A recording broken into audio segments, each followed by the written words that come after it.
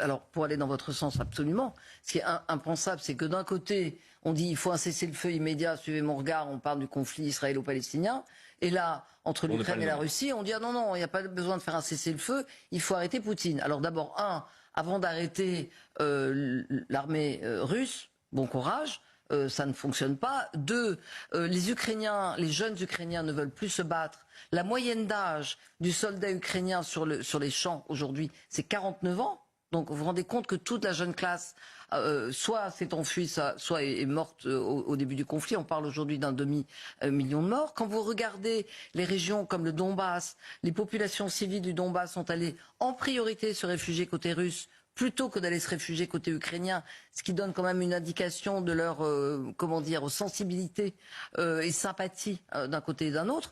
Donc le sentiment que moi je me permets d'avoir après en avoir discuté un peu avec quelques spécialistes, c'est que oui, il va y avoir on va sans doute aller vers un cessez-le-feu parce qu'à un moment donné les Américains vont arrêter de soutenir et de pousser cette guerre et qu'il va falloir en effet commencer à négocier autour de quelque chose et qu'en effet il va falloir donner des garanties à Poutine et notamment des garanties en matière de désarmement et de position de tous les missiles qui sont positionnés le long des frontières. Donc c'est ça l'enjeu aujourd'hui. Mais on ne va pas continuer un conflit comme ça au cœur de l'Europe qui fout une pétaudière sans nom avec des gens qui meurent tous les jours pour rien. Parce que je veux dire, on n'a rien fait pour la Crimée, on ne fera pas grand-chose pour le Donbass et personne n'a envie de mourir pour le Donbass et les Américains n'en verront pas un seul soldat mourir pour le Donbass. Comme je suis là, je vais quand même en parler. Effectivement, d'un point de vue économique, il y a quand même encore une erreur énorme des Occidentaux.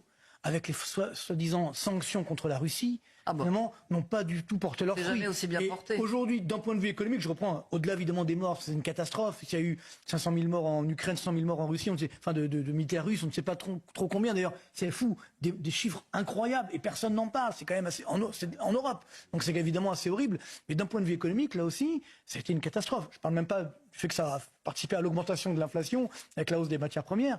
Mais ce qui est fou, c'est quand vous regardez les chiffres de croissance en Russie. On est sur des croissances de 4 à 5% l'année dernière, on sera encore à 3% cette année. Où est l'effondrement? Et ça, si vous voulez, c'est une erreur fondamentale des Européens, un péché d'orgueil. On croit qu'il n'y a que nous dans le monde. Qu'ont fait les Russes? Ils ont travaillé, ils ont exporté avec l'Inde, avec la Chine, etc. L'Inde, par exemple, qui n'avait pas accès au pétrole russe, a acheté le pétrole russe, elle l'a raffiné, et après elle l'a revendu à l'Europe.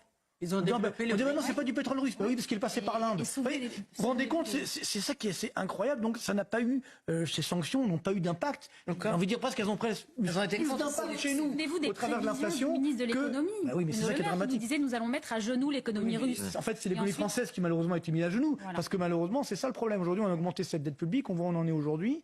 Et sachez-le, la Grèce, la Russie n'a pas de dette. Elle a une dette autour de 25% de leur PIB. On est à 110%. Donc ça veut dire qu'ils peuvent continuer la guerre. C'est ça qui est horrible. Et donc, il faut vite que ça s'arrête, cette guerre. C'est clair. Déjà d'un point de vue humanitaire, et après bien entendu d'un point de vue économique, mais vous avez raison Françoise, il va y avoir la guéguerre justement cette fois-ci pour savoir qui va faire la reconstruction. C'est quand même incroyable justement qu'on ait cet aveuglement collectif sur cette guerre qui n'aurait jamais dû avoir lieu.